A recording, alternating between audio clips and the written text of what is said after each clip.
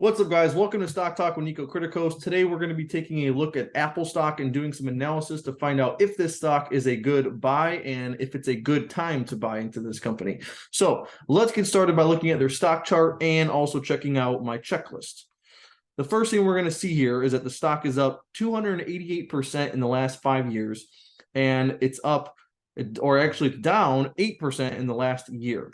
So one of the things I want to point out here is that after the pandemic, this stock went on a huge run, and that's also because their business went on a huge run. Because prior to this, if we go back and look at the PE ratios that this stock used to trade at, you can see that from 2010 all the way until 2020, during the COVID crash, this stock traded at a PE ratio anywhere from, let's say, about an 8 to a 19. Right.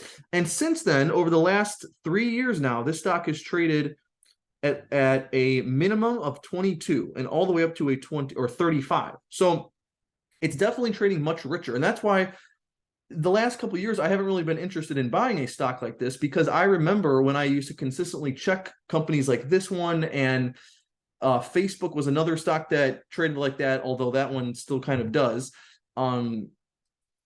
Apple used to trade at, a 10 to a 15. And that would be the price that I would be more comfortable paying for a company like this. I think their main part of their business is the iPhone, and they also make a lot of money from their Macs and their services that they offer in other parts of the business. But I think one boost for this company was their streaming platform, because that was one of the only things that was like a fresh product or service for them over the last couple of years. So that's another interesting thing of why this stock went on such a major run. But let's get into the details here. So let's look at the first thing, which is revenue. And if we come to the revenue chart here, what we're going to see is that revenue has gone through the roof, right? In the 80s, it was $600 million. And today we're talking about revenue of, well, see, this is off a little bit. This is 117 billion. It's actually more than that. It's actually 387 billion. I think that, let's see, I think that last metric is probably for the quarter. Yeah, that was for the quarter. So $387 billion of revenue in the last 12 months. And net income is, let's move this out of the way. Net income is, again, I think this is for the quarter. Yeah, $30 billion in one quarter. So they're actually doing net income of trailing 12 months of $95 billion, right? If we go back, we can see, and you can also see, look at their numbers, the revenue and net income specifically, prior to the pandemic and then after the pandemic. Because prior, we're talking revenue of 260 to 270 million, or $270 billion. Then after the pandemic, we're talking 360 to 390 billion dollars. So a major jump there. I think the big one was iPhones. I believe they had over a 35% jump in iPhone sales. So that really made a big difference. And same thing with net income. Net income went from 57 billion to now we're at 94 to 100 billion. So their net income has practically doubled. The last 3 years, their income was double what it was prior to the pandemic. So it's really amazing how they've managed to do that. And so those first two parts of the checklist are definitely going to get a yes. Number 3 is looking at the price to earnings. And again, how I said, I don't feel that the current PE ratio on the stock is a fair value.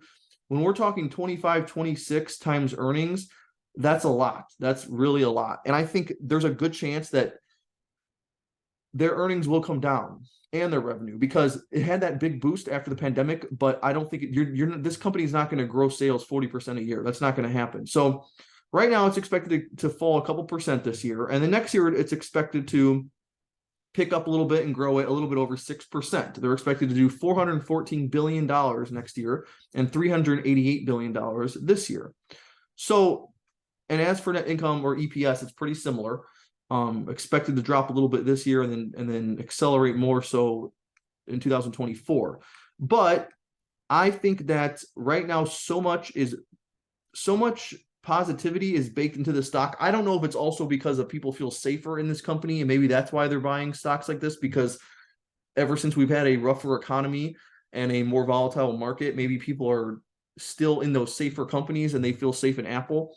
But I would say I feel comfortable buying a stock like this more so around this 16 times earnings area, more so than I do at a 25 or 26 times earnings. So it's not very attractive from that perspective. Are they innovative? Yes. And do they have a moat? Absolutely. They have one of the biggest moats that any company in the world can have. I think most people know what Apple does and how powerful their brand is and their products, and how strong their moat is in terms of kind of like when you're in the Apple ecosystem, you don't want to get out of it, right? I haven't used Apple laptops or computers during my life, but I've always been an iPhone person, and then the AirPods that come with it. I've gotten the watch, and then I've gotten Apple Music, and you get everything else that goes with it. So that is a pretty strong moat, and it really an incredibly strong moat. So that'll get a check. Number 5, is the industry growing? Yes, we know iPhones, laptops, the streaming service, their AirPods, all these different things are going to contribute to a growing industry. The return on invested capital, is it above 7%? Yes, it is. They do have pretty strong numbers here as well. If we want to look at their ratios, we can see in the most recent year, they did 17%, and then you can see, they consistently put up numbers over 11%, which is definitely respectable. So that will get a check. Is their cash flow healthy? Yes, I would say so. Their balance sheet and the way they handle their cash isn't perfect. It's definitely not as good as some other big tech companies out there. I don't think there's much to worry about.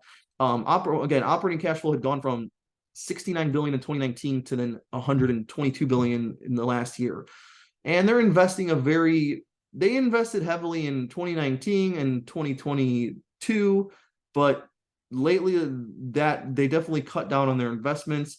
And then they're financing their share buyback program is so strong. That's definitely one of the major benefits of owning this stock, and the major things that they do right at Apple is their giant share buyback program. So if we want to take a look, we can see that it's $88 billion was their latest share buyback. So it's quite impressive how they can do that. And then their cash position has come down a little bit. Free cash flow is still strong. So overall, I'm going to give it a check. Do they have diverse revenue streams? Yes. As I just listed off all their products and services, definitely a check there. Equity is not growing. If we look at the balance sheet here, what we will find is that their equity has gone from 90 billion in 2019 to 65 to 63 and now to 50. So it's kind of weird, because looking at it from the perspective of their revenue and net income doubled pretty much. Their operating cash flow pretty much doubled, but their equity got cut in half.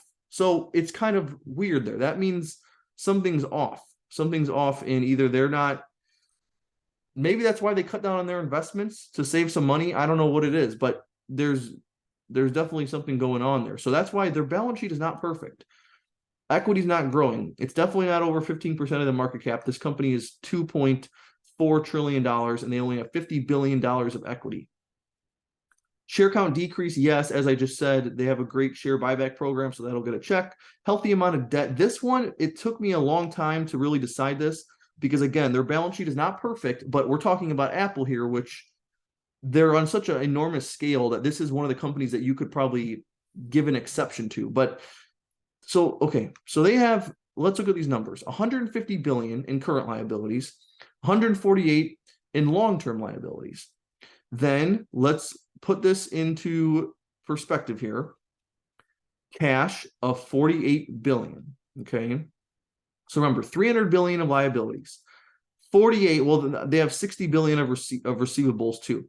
So let's say it's 110, right? Let's say it's 110 billion that they're going to have in cash or something similar. That's only a third of their liabilities, right? So where is that other $200 billion going to come from? Well, for one, we know that for the last couple of years, they've managed to do around $100 billion of net income.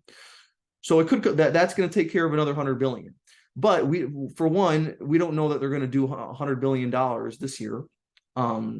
They will, over the next couple of years, they will probably put up numbers of 100, 110, maybe $120 billion of net income. So we can somewhat That's somewhat of a reliable metric. But then they have another $100 billion to take care of in liabilities. So that would be 2 years.